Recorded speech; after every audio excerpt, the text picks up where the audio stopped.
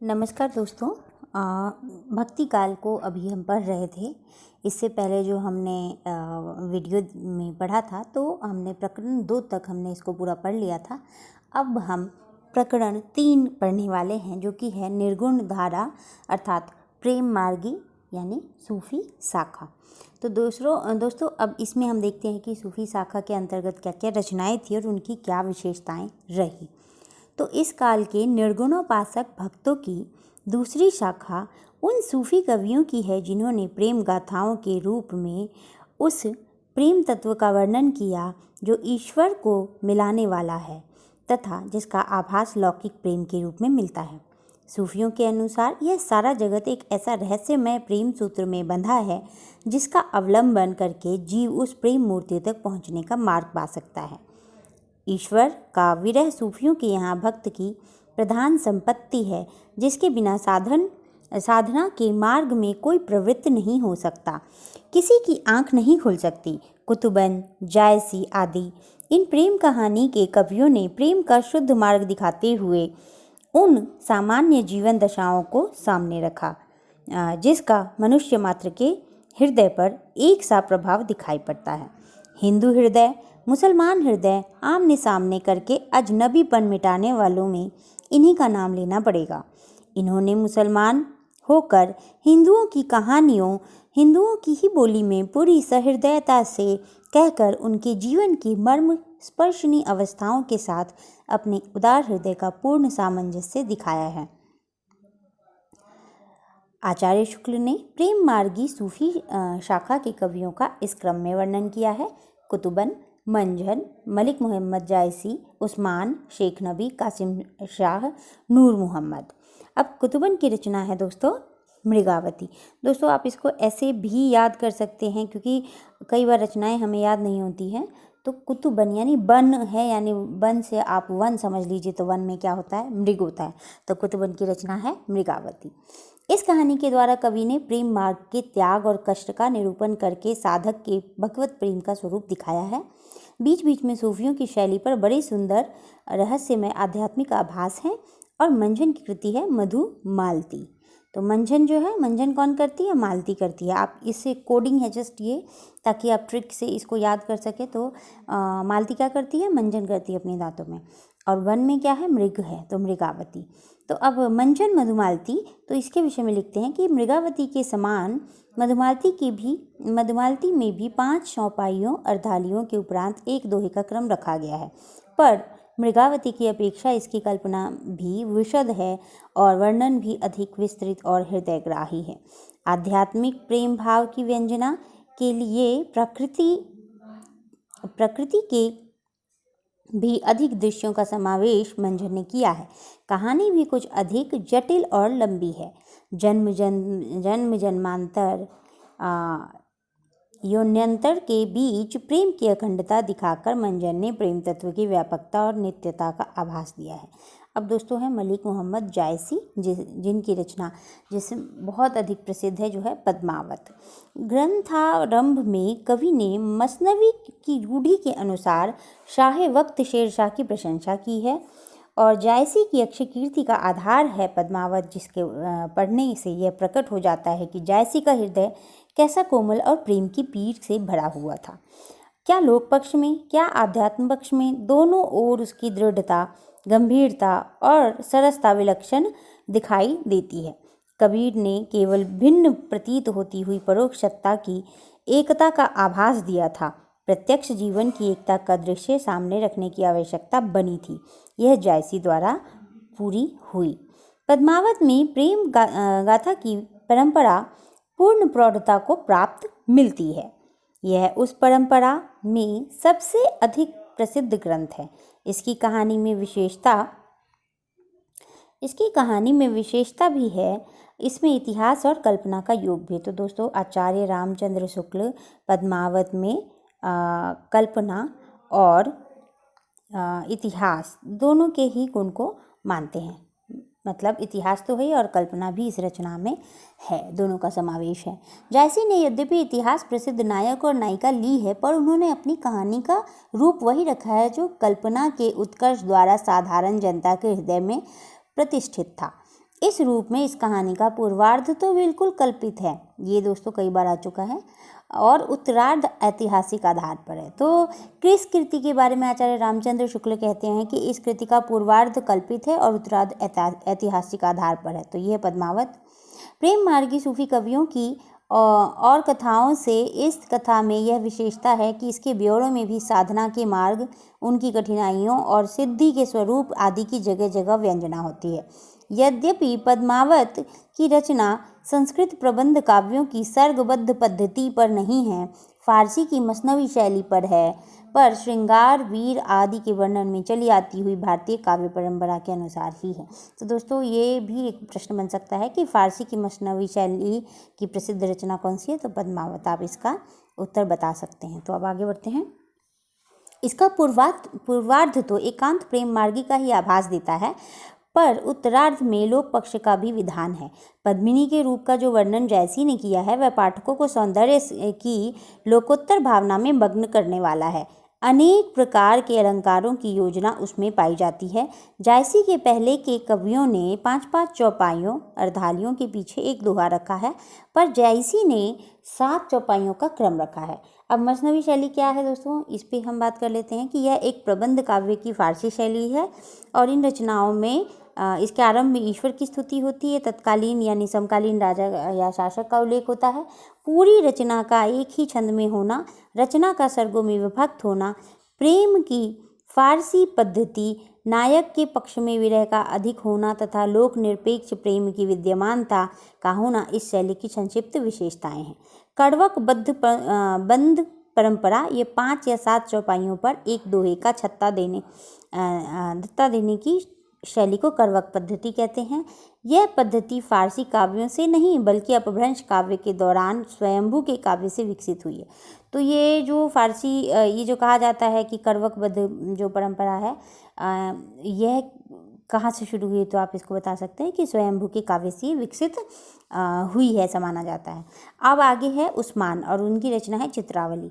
तो दोस्तों इस ट्रिक को ध्यान रखिएगा कि उस्मान मतलब जो मानवती है उसका क्या करना है, चित्र बनाना है, उसके मान के लिए चित्र बनाना है। तो यानी कि आप इसको, ये एक ट्रिक है और कुछ नहीं कि आप इसे याद रख सकें, इसलिए मैं बता रही हूँ कि उसके मान के लिए चित्र बनाएं। ठीक है, तो उस्मान यानी चित्रावली। कवि ने इस रचना में जायसी का पूरा अनुकरण किया। जो विषय जायसी ने अपनी पुस्तक में रखे हैं उन विषयों पर उस्मान ने भी कुछ कहा है। कहीं कहीं तो शब्द और वाक्य विन्यास भी वही है, पर विशेषता यह है कि कहानी बिल्कुल कवि की कल्पित है। इन्होंने भी जायसी की तरह 7 चौपाइयों का क्रम रखा है, 5 चौपाइयों का नहीं। अब है दोस्तों शेख नबी, यानी उनकी रचना है ज्ञानदीप। ठीक है, तो जो नबी है वो क्या देते हैं, वो ज्ञान देते हैं। ये दोस्तों मैं जो बता रही हूँ ये सिर्फ ट्रिक है, इसका किसी भी चीज़ से ऐसे जोड़ कर ना देखिए, आप इसे बस याद करने के लिए, और आप अपना भी अगर आपको लगता है कि कुछ बेहतर आप ट्रिक आप जिससे आपको याद रहे तो आप उसको बना सकते हैं। तो जो नबी है वो ज्ञान देते हैं, तो शेख नबी की रचना है ज्ञानदीप। इससे पहले मैंने आपको बताया था कि उस्मान मतलब उसकी मान के लिए चित्र बनाओ, और मालती जो है मंजन करती है तो मंजन की मधुमालती हो गई, और वन में मृग है तो कुतुबन की रचना मृगावती। तो उसी तरीके से दोस्तों अब आगे अगला है शेख नबी का ज्ञानदीप। शुक्ल जी ने शेख नबी के विषय में माना है कि इनसे प्रेम मार्गी सूफी कवियों की प्रचुरता की समाप्ति समझनी चाहिए। तो ये याद रखिएगा कि किन से इन्होंने प्रेम मार्गी सूफी कवियों की प्रचुरता को समझाया, मतलब प्रेम मार्गी काव्य पूर्णतः यहाँ समाप्त नहीं हुआ है। ये याद रखिएगा कि यहाँ प्रेम गाथा परंपरा समाप्त होती है, आगे भी इस शैली की कुछ रचनाएं, वही मैंने कहा कि वो एक शैली धीरे धीरे, कोई भी जो एक रचना या एक काल शुरू होता है, एक रचना या प्रवृत्ति चलती है रचनाओं की, या कोई काल जब बनता है तो वो एकाएक ख़त्म या शुरू नहीं होता है, वो बहुत धीरे धीरे चलता है। और बीच का जो समय है उसको संक्रांति काल कहा जाता है। जैसे आदिकाल और भक्ति काल के बीच में ऐसा समय रहा है जहाँ वीरगाथात्मक रचनाएं भी दिखती हैं और भक्तिपरक रचनाएं भी। तो ऐसे जो समय है उसको कहते हैं संक्रांति काल। तो उसी तरीके से शेख नबी से आचार्य शुक्ल ने इस परंपरा को की समाप्ति को देखा है, माना है। लेकिन इस शैली की कुछ रचनाएं आगे भी आई और पर जनता पर उसका वैसा प्रभाव नहीं पड़ता है। अब देखिए कासिम शाह यानी हंस जवाहिर, ठीक है। तो हंस जवाहिर, हंस किसका है? कासिम का। ये आप ऐसे याद कर सकते हैं। इनकी रचना बहुत निम्न कोटि की है। इन्होंने जगह जगह जायसी की पदावली तक ली है, पर प्रौढ़ता नहीं है। अब नूर मोहम्मद का इंद्रावती है, यह या अनुराग, इंद्रावती और अनुराग बांसुरी, ये नूर मोहम्मद की रचनाएं हैं दोस्तों। बहुत बार पूछा जा चुका है, तो ये जो भी रचनाएं हैं इसको आप याद कर लें कि कासिम का क्या है? हंस है। हंस किसका है? कासिम का है। नूर मोहम्मद का इंद्रावती और अनुराग है, ठीक है। या इंद्रावती की बांसुरी है नूर मोहम्मद की। ऐसे भी कुछ आप ट्रिक बना के कर सकते हैं जो आपको बेहतर लगे, जो आपको याद रह जाए, क्योंकि सारी कोशिश यही है कि आपको चीज़ें याद रहें और याद रहने के बाद आप उसको लिख पाएँ और जब आपसे प्रश्न पूछा जाए तो आप सही उत्तर दे पाएँ। तो नूर मोहम्मद फ़ारसी के अच्छे आलिम थे। इनका हिंदी काव्य भाषा का भी ज्ञान और सब सूफ़ी कवियों से अधिक था। इंद्रावती के विषय में कहते हैं कि कवि ने जायसी के पहले के कवियों के अनुसार 5-5 चौपाइयों के उपरांत दोहे का क्रम रखा है। तो जायसी ने कितना रखा है? 7-7 चौपाइयों पे रखा है। और इन्होंने जायसी से पहले जो रचनाएं हो रही थी, जो कर रहे थे रचनाकार, तो उन्होंने 5-5 चौपाइयों के उपरांत दोहे का क्रम रखा था, जो कि जायसी ने 7-7 पे रखा है। और इंद्रावती में भी नूर मोहम्मद जो है उन्होंने इसी परंपरा को बनाए रखा है। इसी ग्रंथ को सूफी पद्धति का अंतिम ग्रंथ मानना चाहिए। तो ये प्रश्न महत्वपूर्ण हो सकता है कि आचार्य शुक्ल ने सूफी पद्धति का अंतिम ग्रंथ किसको माना है? तो आप बता सकते हैं कि इंद्रावती है, ठीक है दोस्तों। तो मैं जो बता रही हूँ दोस्तों, आप चाहें तो नोट कर सकते हैं। इंद्रावती अनुराग बांसुरी के विषय में अब है। इसकी भाषा सूफी रचनाओं से बहुत अधिक संस्कृत गर्भित है दोस्तों, और संस्कृत गर्भित है। इसके बाद हम यहाँ देखते हैं कि हिंदी भाषा में रचना करने के कारण शायद इन्हें उपालंभ सुनने का मिलता था कि तुम मुसलमान होकर भी हिंदी भाषा में रचना करने क्यों गए।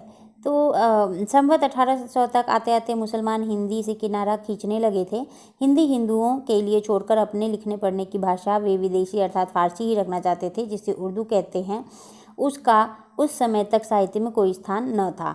अब कवि ने इसकी रचना अधिक पांडित्यपूर्ण रखने का प्रयत्न किया। ये अनुराग बांसुरी रचना के विषय में हम कर रहे हैं, और ये नूर मोहम्मद जी की रचना है, ये याद रखिए। नूर मोहम्मद की कौन कौन है? इंदिरा की बांसुरी, तो इंद्रावती और अनुराग बांसुरी, इससे आप याद रख सकते दोस्तों। प्रयत्न किया है। और विषय भी इसका तत्व ज्ञान संबंधी, शरीर, जीवात्मा और मनोवृत्तियों आदि को लेकर पूरा अध्यवसित रूप एलेगरी खड़ा करके कहानी बांधी है। और सब सूफी कवियों की कहानियों के बीच में दूसरा पक्ष व्यंजित होता है, पर यह सारी कहानी, सारे पात्र ही रूपक हैं। चौपाइयों के बीच बीच में इन्होंने दोहे न रखकर बरवे रखा है। दोस्तों, इससे पहले जो लोग लिख रहे थे, ये सूफी रचनाएं जो हो रही थी सूफी काव्य में, तो वो लोग क्या कर रहे थे कि पहले चौपाइयाँ रख रहे थे।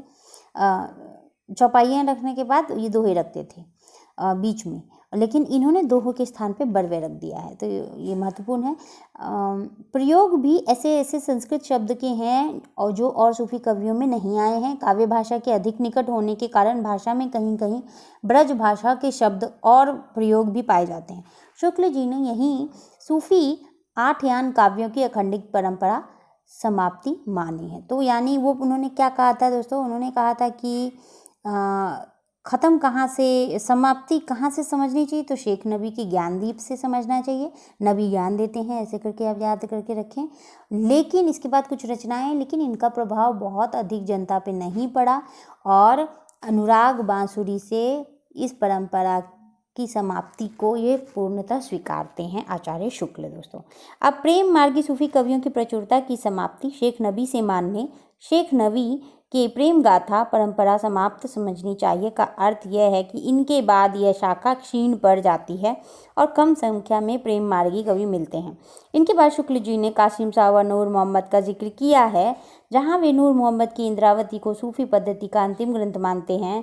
नूर मोहम्मद की चर्चा के बाद ही शुक्ल जी लिखते हैं कि सूफी आख्यान काव्यों की अखंडित परंपरा की यही समाप्ति मानी जा सकती है। साहित्य की कोई अखंड परंपरा समाप्त होने पर कुछ दिन तक परंपरा की कुछ रचनाएं इधर उधर होती रहती हैं। इस ढंग की पिछली रचनाओं में चतुर्मुकुट की कथा और यूसुफ जुलेखा उल्लेख योग्य। दोस्तों, ये याद रखिएगा आप, कौन सी हैं कि साहित्य की कोई अखंड परंपरा जब समाप्त होती है तो कुछ दिन तक उससे संबंधित चीज़ें आती रहती हैं, और लेकिन उसका प्रभाव बहुत अधिक नहीं रहता, तो इसलिए वो इतने प्रकाश में नहीं आ पाती हैं। तो यहाँ कह रहे हैं कि वो एक परंपरा चली गई थी, ख़त्म हो गई थी, लेकिन कुछ छिटपुट जो रचनाएं आ रही थी उसमें चतुर्मुकुट की कथा और यूसुफ जुलेखा ये उल्लेखनीय है। अब दोस्तों हमने यहाँ प्रकरण 3 को यहीं तक पढ़ लिया है। अब हम प्रकरण 4 पढ़ेंगे, जो कि है सगुण राम भक्ति शाखा। तो आपको कैसा लग रहा है पढ़ना, आप हमें कमेंट करके बताइए, और पढ़ते रहिए, बढ़ते रहिए, और अपने लक्ष्य पे नज़र बनाए रखिए दोस्तों, आगे बढ़ते रहिए। आपको कैसा लग रहा है पढ़ना, ये आप मुझे बता सकते हैं। किस तरीके की और वीडियो चाहते हैं ये कमेंट में लिख के आप भेज सकते हैं। बहुत बहुत धन्यवाद। मिलते हैं फिर एक नए वीडियो से, और आपके इसी चैनल